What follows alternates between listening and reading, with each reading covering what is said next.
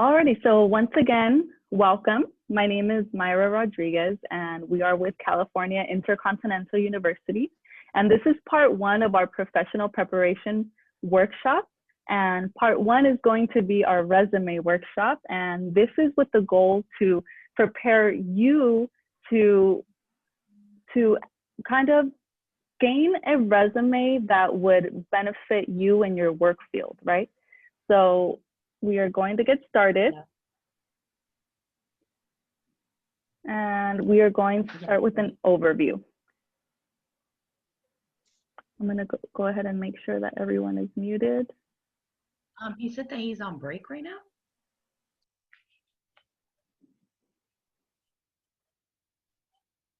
Okay, I'm going to go ahead and mute. So he wasn't, okay. Okay.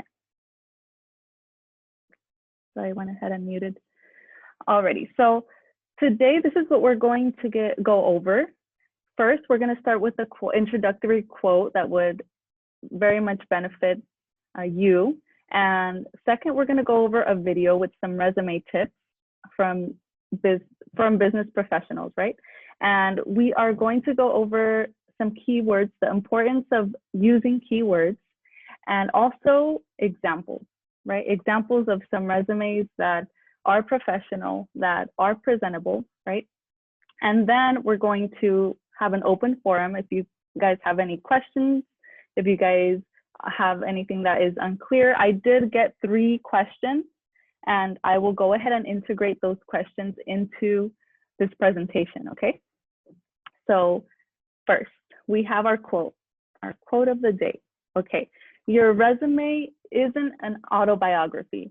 It's your chance to prove in 6 seconds, according to a large eye-tracking study of recruiters, that you be a great fit for a given role. Okay, so what is this telling us? That the moment that a recruiter looks at a resume, they only have or take 6 seconds to look it over, they get to the point, and they extract what they need so that they can move on to the next candidate, okay? So we have 6 seconds to impress and make the best impression to a recruiter, right? Of our interest. So this is going to clarify more. Let me go ahead and, all right.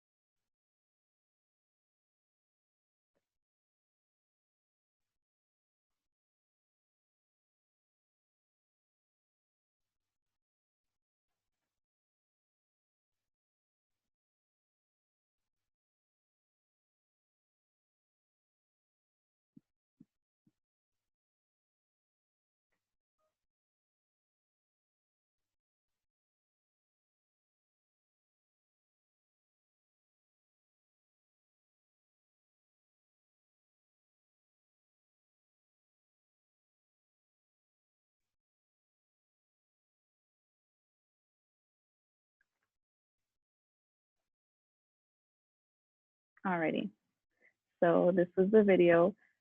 It is very important for us to be clear and concise, right? Because according to Business Insider, these professionals only look for a hierarchy, right? So if you put your job experience, if you put your name, if you put your information, they go straight to the point. So it's important for our resumes to be clear, okay?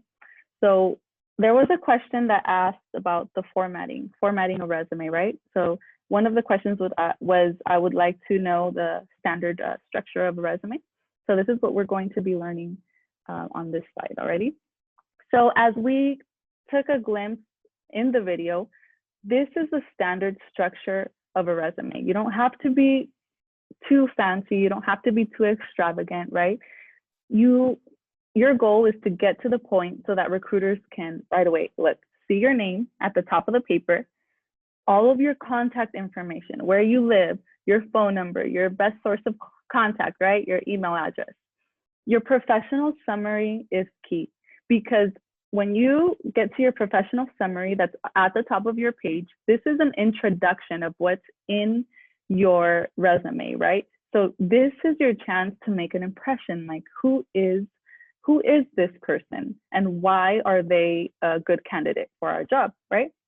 And then to follow are the highlights or the skills.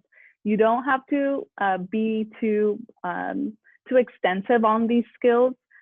As you can see, there are only bullet points. Try not to use more than 6 to 8 bullet points, because you don't want to overwhelm people, right? Just pick your top 8 skills and put them on there in bullet points, right?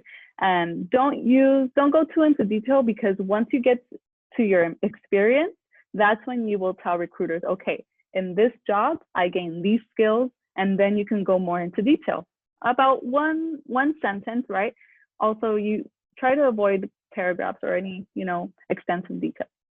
But as we know, the very recent employer goes first.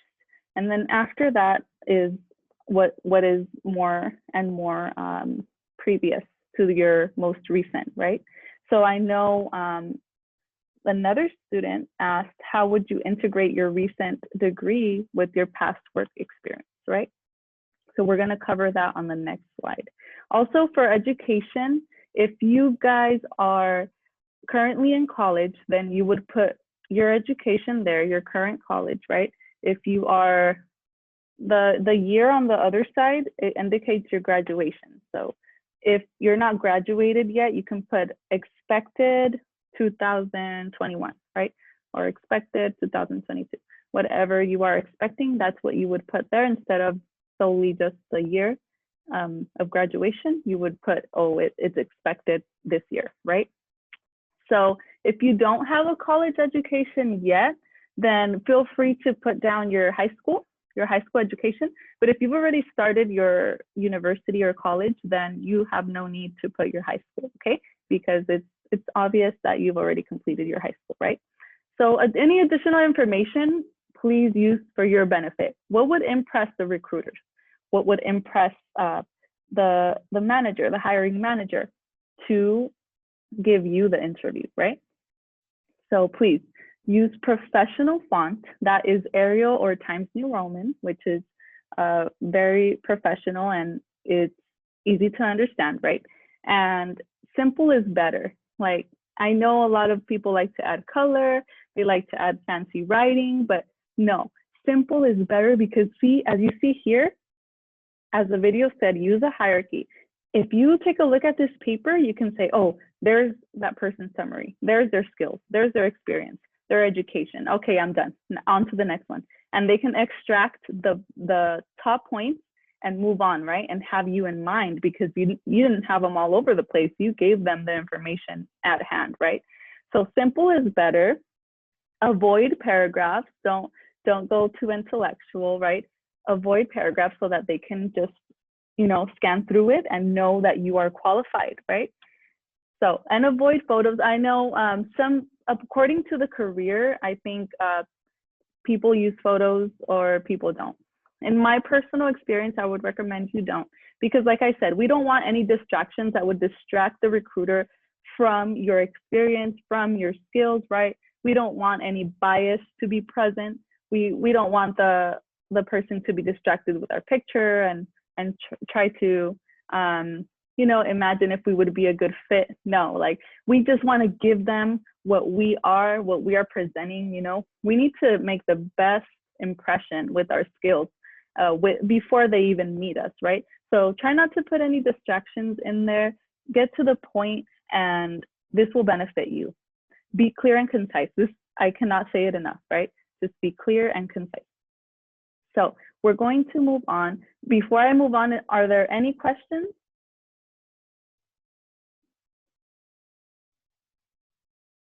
All right. The only question I had, Mayra, was if at the end of this workshop, are you going to provide us with a template based on what you just showed us? Yes, very good question.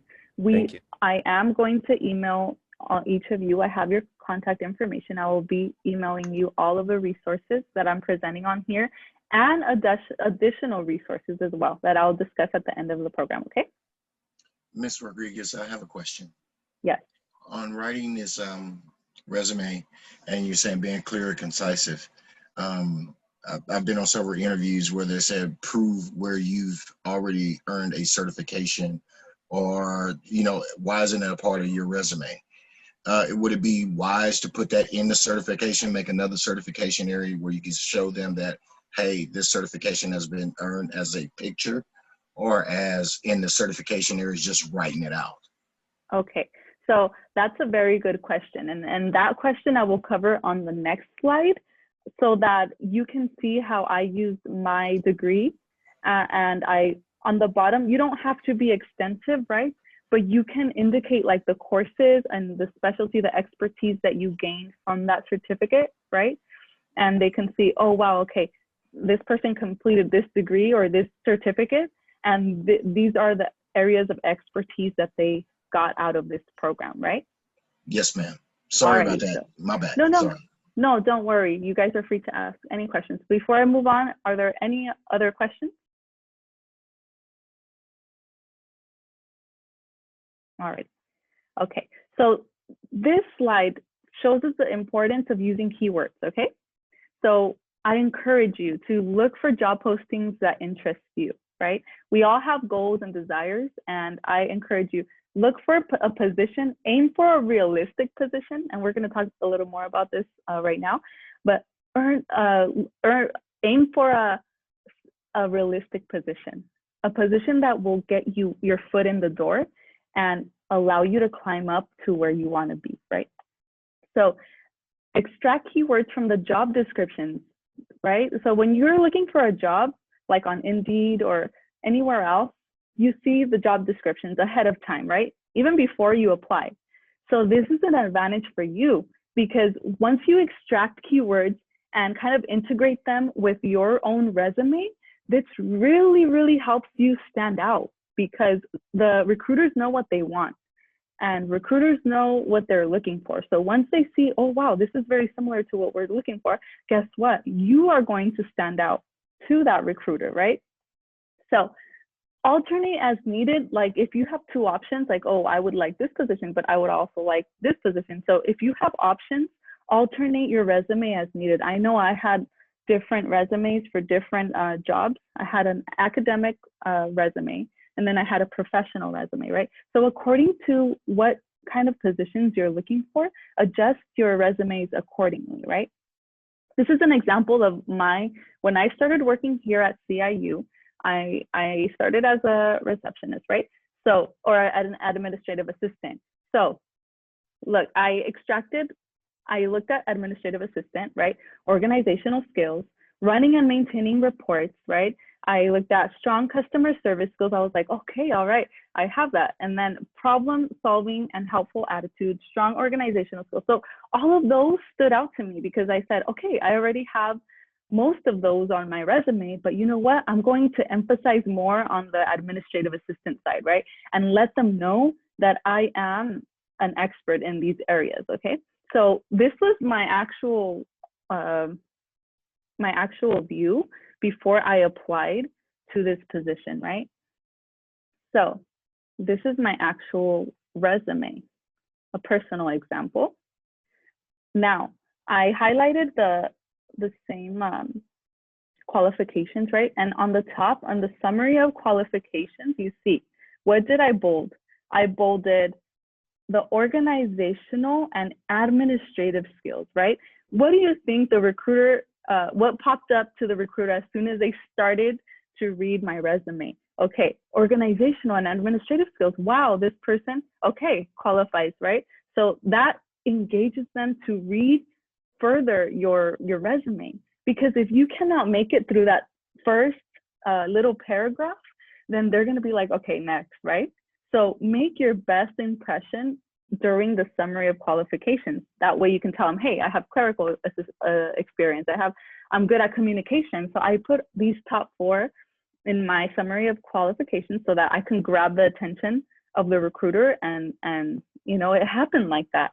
And I know we had a question on education, right? And this is what I was talking about here on, personally, I went to the University of Riverside, right? And before working here, I put a kind of review of what I gained expertise in, right? So if you see my Bachelor of Business Administration, below it, you see related coursework. So I put human resources, leadership, employee benefits, workforce diversity, and below that, I also went to another college, right? So I put that I learned about accounting, management, economics, all of those, and I put my graduation dates on the side. So for example, with the question we had previously, you can put your certification, the name of your certification, and then the date you completed it, and then the related coursework or the related kind of expertise that you gained. I hope that answered your question for the certification. Yes, ma'am. It answered the question. In other words, instead of putting it on the bottom where it says certifications, just go ahead and highlight it to the top instead of actually putting it at the bottom. I copy that. Alrighty. So whatever you want to stand out, put it in there. And all of your other sources of expertise in that certification, you can put it beneath. Just like I put it here beneath, you can put your certification, and then you can put your area of expertise here. All right. So, okay. Moving on. My personal expertise was business administration and management, right? So my job interest was admin assistant or human resource assistant. I really wanted a managerial position, right? But unfortunately, when you go out into the workforce, they require experience. So sometimes we have to analyze, hey, what will get me in the door to one day, you know, wiggle my way up and show them that I have this expertise, right? So I said, okay, one of my realistic positions would probably be an administrative assistant or a human resources assistant. That would gain me the opportunity to grow, right? So analyze your expertise, analyze where you want to be, and what is it? Tailor your own resume according to where you see yourself, right? Where you want to be. Is there any questions?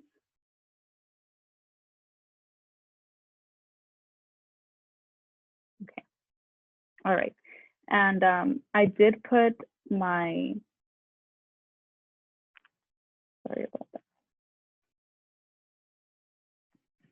Okay. So I did put my previous work, right? And there was another question on how can I integrate my recent degree with my past work experience, right? Well, like I said, you can analyze what you have gained from your previous working position, and you can go ahead and integrate it into the job that you want. So for example, for myself, I worked as a teller, as a check cashing teller, right? But my interest was a business administration position. So that helped me put that I had computer skills, right? Customer service is so important, right? Administering confidential paperwork. So I was able to use my previous job skills. You just have to sit and think, okay, what skills did I gain from my previous job positions that can benefit me in the job that I want? So I kind of extracted those points, right? And I put them into my resume, and what do you know? You know, it did benefit me for the job that I was seeking. So I hope that answered that question that I had before. I had received it before the resume workshop. So I hope that answered the question. We're moving on to a bad example, okay? So I want you guys to take a look at the font, take a look at the colors, take a look at the basic writing skills and the lacking details, all right? We have 10 minutes remaining. And the unprofessionalism, all right? So What do you guys think about this? Although Joanna tried to make this as, you know, as professional, or maybe she tried to stand out. This makes you look very unprofessional. You know, she used colors, nice colors, but you can't really see those colors. They don't really stand out. They're not in bold. They're very light colors, right? And the email that she used says hot stuff baby. And you don't want to do that. You don't want to use an email that'll throw off your professionalism, right? Be professional. And if it requires you to make a new email, do it, because that is a first impression. Your resume is basically giving off your first impression. So please change your emails, and do not use colors. And it says, I'm looking for a full-time job. I have many skills that make me an ideal candidate, right? That does not catch the attention, right, of the recruiter. The recruiter is probably thinking, okay, you have many skills, but what are they, right? What are they? So this might even cause the recruiter to say, okay, next, because this setup is not professional. They obviously don't have, you know, the skills that I'm looking for. So they move on. And also, I know on the bottom where it says volunteer service, right? They put, sometimes I donate stuff to the local thrift store, right? We don't want to do that. We don't want to use, you know, writing skills that are basic, right? We want to, of course, not use the extraordinary vocabulary that they won't be able to understand, but a vocabulary that is professional and that shows your potential, right? So are there any questions here in this bad example?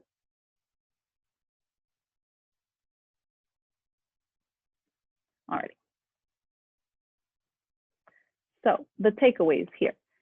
First, the 6-second rule. Remember, we have 6 seconds to make an impression on our resume.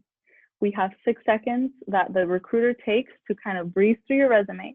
You have 6 seconds to impress them, to give them what they need, and to give you the opportunity to grab onto that job position and move to the next level, which is the interview, right? Second, simple is better. Don't try to go, you know, beyond the normality. Professionalism is better, right? And number 3 is use keywords. So remember, if you're on Indeed, if you are on any other source, please extract those keywords. Take the time to look ahead at the job descriptions. Take some time to integrate those job descriptions into your resume. Of course, not copy and paste, but you can use some of those words and integrate them, right? Because something that I forgot to mention was the ATS systems. ATS systems, nowadays we're advanced in technology. So ATS systems automatically kick out those resumes who do not, you know, connect with those job descriptions that they are looking for, right? So if you do not concur with that, then you won't even show up on their list, right? So we want to make it there. We want to look ahead. We want to use keywords, and we want to get where we are aiming to, right? So personalize your resume. Personalize it to the job that you want. Personalize it to make the impression that you want to make, right? And last, be professional. Be as professional as you can be so that the hiring manager can be impressed, right? So the hiring manager can say, oh, wow, this person stands out from the rest. This person seems very professional. I'm going to give them an opportunity, right? So now we have an open forum, and just on time because we have 5 minutes and 20 seconds left. So feel free for any questions. Do you guys have any questions for me?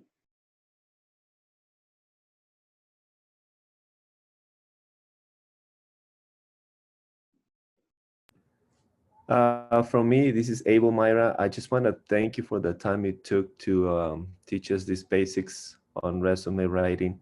I personally appreciate that. I know I can use this information for my future resume writing.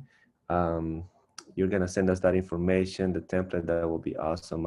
Again, thank you for your time and information provided. Of course, it's our pleasure to assist you. And remember, this is part 1 of our 3 professional preparation workshops. The next ones are going to include Indeed, preparing on Indeed. They're going to include preparing for an interview. All that you guys need to prepare for the workforce, we're going to be providing, and it's definitely our goal, right? To assist you and to prepare you for what's coming, right? Are there any other questions or comments? Yes, ma'am. You said keep it to keep the bullet points very simple, especially in the skill set. I've been in engineering for a while, a lot of times they're wanting certain bullet points, and then when you get to the interview, they're more like, well, you never mentioned this on your resume, which is sort of like a trick, like a trick thing. You know what I mean? So I'm trying to figure out not to over put things on my resume, but once you get there, would it be, you know, I'm just trying to get the wording right to put on the actual resume to capture their attention, because I have so many certifications and this is my 2nd bachelor's. So I'm trying to, so I'm trying to keep it where once they look at it, they go, well, you didn't put this here, but how come you didn't put that there in your resume? You know, because my bullet points will get kind of like maybe 8 to 10 bullet points. So I'm trying to keep it there, but it's very difficult when that automated system, as what you're saying, is picking it out, because usually if I put that one in there wrong, it kicked the whole thing out. Yes, you're right. But like I said, take the time beforehand, right, to go into these websites that these companies have, to go into the job description in detail, because this is what we fail to do. Personally, I do as well, to go into the job description and make sure that I cover every point, of course, that I have personally from my job skills and my certifications or my degrees, right? So I'm going to take the time to make sure I include the most important points, right?